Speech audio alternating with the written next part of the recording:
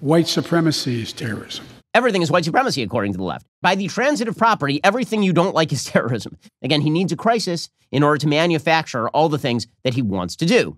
So Joe Biden really did backload a lot of the wildest stuff in the speech. So all of the spending, we're going to give you free daycare. We're going to give you free 3- and 4-year-old Head Start programs and free community college and free this and free that and a free blueberry for every person and 2 belly buttons. Right? We're going to do everything you could possibly. That was actually not the wild part of the speech. The wild part of the speech is when he started talking about race and guns and immigration.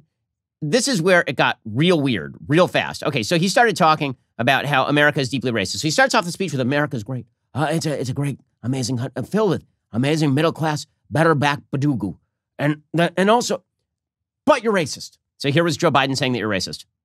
My fellow Americans, look, we have to come together to heal the soul of this nation. We've all seen the knee of injustice on the neck of black Americans. Now's our opportunity to make some real progress. The vast majority of men and women wearing a uniform and a badge serve our communities, and they serve them honorably. My fellow Americans, we have to come together to rebuild trust between law enforcement and the people they serve, to root out systemic racism in our criminal justice system. Okay, stop it there. We don't need the rest of this. Okay, so there are a few things that are worthy of note here. One, when he says we've seen the knee of injustice on the neck of black America, this again goes back to something I've been saying for the last couple of weeks. Derek Chauvin was convicted of murder and manslaughter, but he was convicted of something of which he was not even accused, being a racist. And America was convicted on the basis of that, of being racist, systemically racist. And Joe Biden just continues to lie about that. That's why he says things like the knee of injustice on the neck of black America, because Derek Chauvin is a stand-in for the racist, bigoted, vicious American system. Also, cops are all wonderful, but they are systemic bigots. Right? This is just bizarre, stupid crap, and Joe Biden pushes it because, again, he needs a crisis in order to manufacture all the things that he wants to do. Another crisis that allows him to manufacture this sort of stuff. He says that gun violence is an epidemic in America. An epidemic. Again, we just had an epidemic. I'm pretty sure it's not.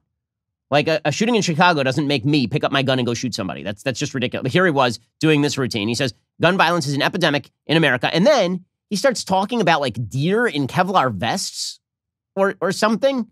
This is where he starts just rambling into weird territory. Have you ever seen a deer or a Kevlar vest? I saw one time a wolf. And Wolf wore a cashmere sweater. And it was weird. Gave me a hug. Pet him like Corn Pop's leg.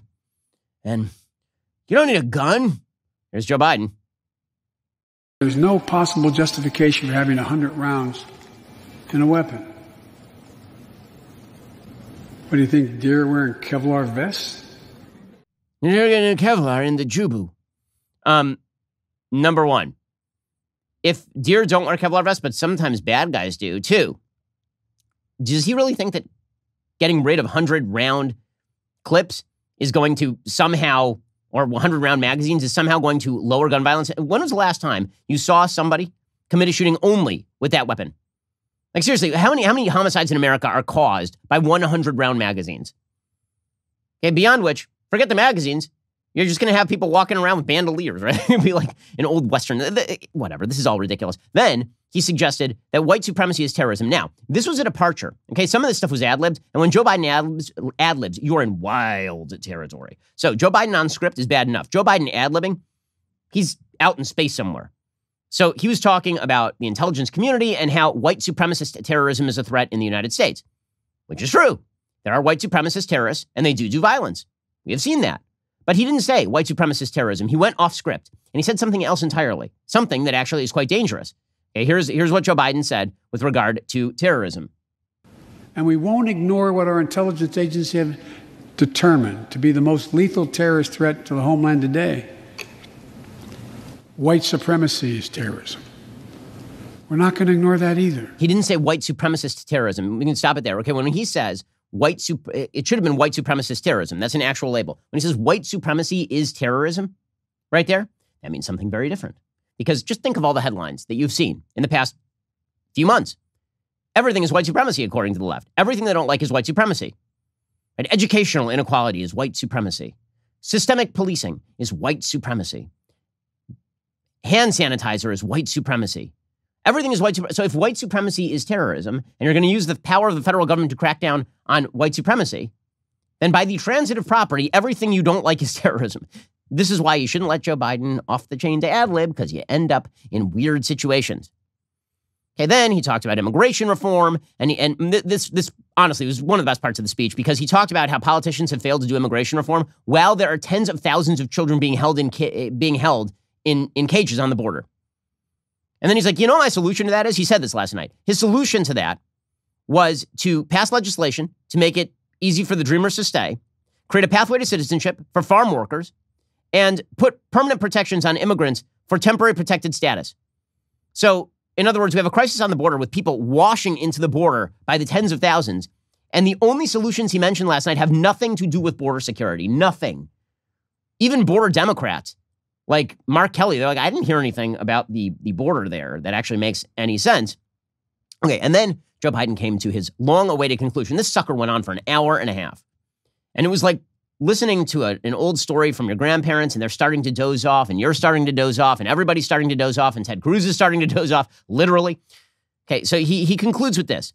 He suggests something so absurd and dystopian that it sort of beggars the imagination. He says that the insurrection was an existential crisis for the democracy. And then he says something about government and America that is just fundamentally untrue. The insurrection was an existential crisis, a test of whether our democracy could survive, and it did. But the struggle is far from over. The question of whether our democracy will long endure is both ancient and urgent. As old as our republic, still vital today. Our Constitution opens with the words, as trite as it sounds, we the people. Well, it's time to remember that we the people are the government. You and I. Not some force in a distant capital. Not some powerful force that we have no control over. It's us. It's we the people. This is a fundamental lie. The government is not us. The government is a group of people elected by us to check and balance each other and participate in limited, enumerated powers to protect our individual rights. I am not the government. You are not the government. The government is not me. The government is my agent. And the government is supposed to have checks and balances to prevent it from becoming simple mob rule. When he says the government is us, what he means is there should be no obstacles to my utopian and bizarre agenda. That's what he means. He means no checks and balances because, after all, why are you worried about government? Government's you. He means that Joe Biden is me. I'm Joe Biden and Joe Biden is me. And therefore we have a complete confluence of interest because I don't oppose me. He's a damned liar. The fundamental basis of the Constitution of the United States is that the government is not us, which is why we should worry about what the government does, which is why there should be enumerated powers, which is why checks and balances do matter. It's why we have federalism. It's why we have all of these systems that are designed to prevent the government from invading individual rights. The government is not us because we are individuals. But Democrats hate individuals. They like the we collectively because the we collectively allows them to ram down whatever they damn well please on individuals. This is Joe Biden's vision. Okay, this is radicalism dressed up in the guise of an old man wandering around a nursing home. That is Joe Biden's vision for the country. And he's going to go balls out for as long as he is president of the United States on this thing. And he does not care. I mean, he is willing to go all the way on this. So I know a lot of people out there like, Joe Biden's not threatening. No, he is deeply threatening. He's deeply threatening specifically because he plays at being non-threatening, because he seems non-threatening. But if you actually read that speech, that is the single most radical address to a joint session of Congress of my lifetime. He makes Barack Obama seem like a piker. He wants to spend more money than has ever been created, completely rewrite the nature of the relationship between the federal government and the individual. And he wants to say that he's doing it in your name because the government is you. The government is not you. Joe Biden is not me. I don't want Joe Biden anywhere near anything that belongs to me, including my individual rights, because I don't trust him with any of those things. And you should not either if you have a bone of sanity in your body. The battle for the culture is heating up. We here at the Daily Wire are making some big moves. So be sure to like, subscribe, ring that bell, because you're not going to want to miss a single moment.